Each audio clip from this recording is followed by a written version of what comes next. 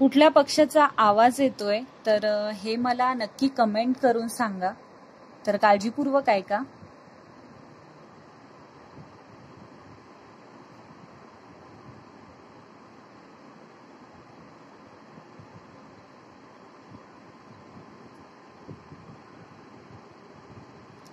Hello everyone, welcome to Deepa's kitchen. आज मी माझ्या मुलाला टिफिनमध्ये काय देणार आहे, लॉंग ब्रेकमध्ये आणि शॉर्ट ब्रेकमध्ये.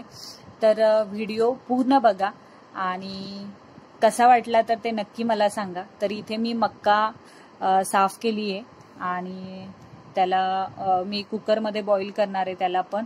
आणि इथे मी मोठ्या साईजचा आलू घेतलाय आणि बीटरूट घेतलाय. तर बीटरूट याच्यासाठी की थोडंसं मी त्याला टिकीमध्ये पण टाकणार आणि याची बीटरूटची त्याला चपाती करून देणार आहे. तर इथे मी मोठ्या साईजचा आलू घेतलाय, छोटंसं बीटरूट घेतलंय आणि मक्का ही अर्धी यूज करणार आहे, पूर्ण यूज नाही करणार आहे. तर इथे मी याला चांगलं बॉईल करून घेणार आहे. तर इथे काय होतं ना, थोडंसं म्हणजे आलू जो आहे तो लवकर शिजतो.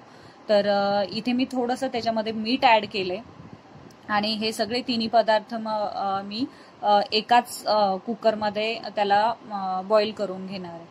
तर इथे बघा मस्त शिट्टी आली आहे, त्याला 2-3 शिट्ट्या झाल्यात आणि अजून एखादी शिट्टी पाहिजे होती बीटरूटला, पण ठीक आहे, एवढं काही जास्त गाळ नव्हतं पाहिजे आपल्याला. तर एखादी शिट्टी अजून दिलं तर आलू पूर्ण गाळच होऊन गेला असता.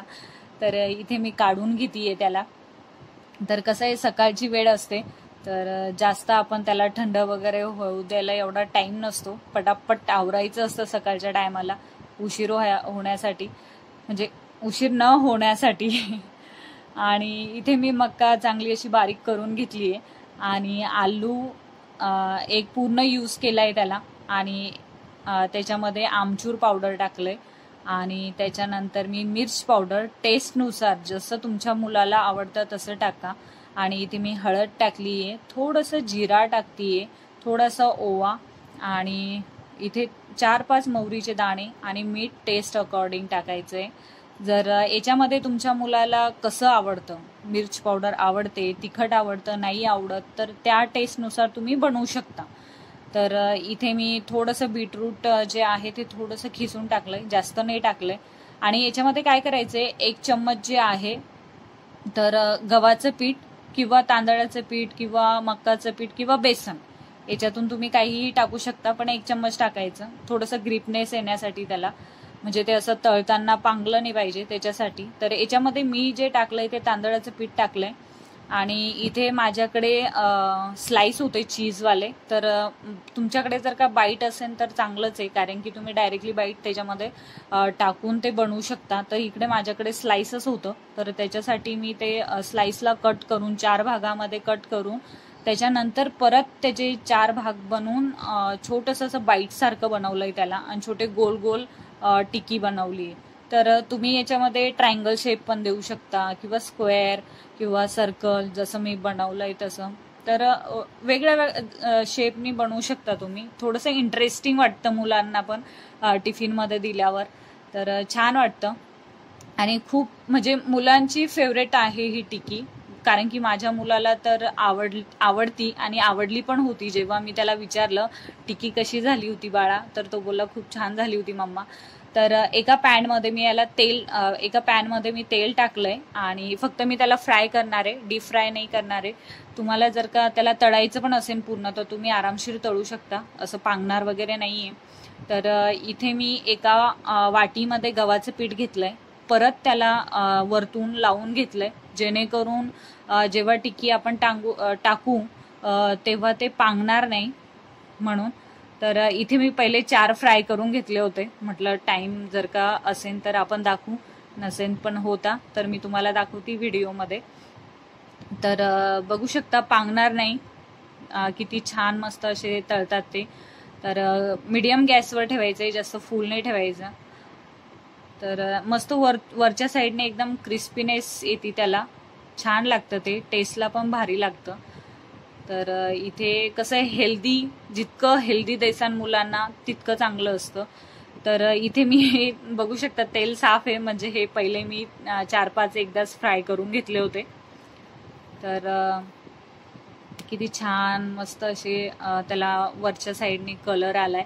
तर मी त्याला बघू शकता, मी चपातीचा व्हिडिओ काही बनवला नाही. चपातीचा बीटरूटचा, म्हणजे त्याच्यामध्ये बीटरूट ऍड करून ते किसून त्याच्यामध्ये पिठामध्ये टाकलं होतं आणि मस्त त्याला 2 चपाती देतीये आणि त्या चपातीसोबत टोमॅटोची चटणी देतीये.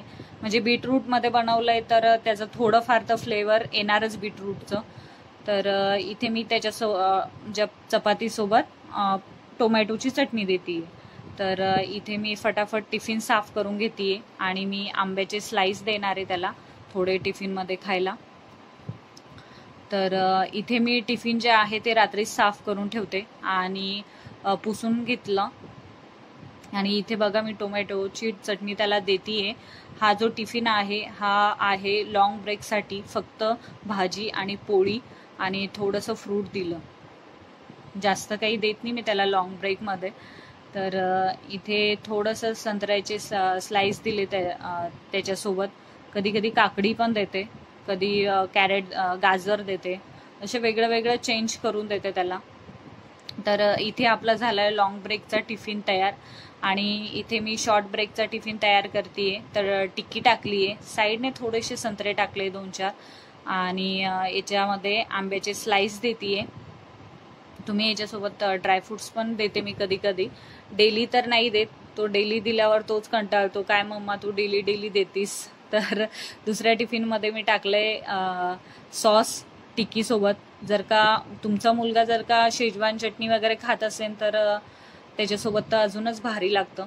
तर इथे मी त्याला सॉसच देतीये. शेजवान चटणी तो काही खात नाही आणि जास्त त्याला स्पायसी आवडत नाही खायला. तर कमी मिर्च पावडरचंच असतं त्याचा टिफिन. आणि छोटासा रुमाल देतीये, बॉटल देतीये आणि त्याचा टिफिन झालाय तयार. आणि बघू शकता गडबड असते सकाळची पटापट आवरण्याची आणि त्याचं पण आवरायचं असतं. तर त्याला मी जेव्हा उठते तेव्हाच नाही उठवत, त्याला थोडंसं लेट उठवते. जेव्हा 25 ते 30 मिनिट म्हणजे अर्धा तास पहिले उठवते जायच्या अगोदर. आणि त्याची आलीये बस, तो गेलाय. स्वस्थ रहा, मस्त रहा, चांगलं जेवण करा. थँक्यू.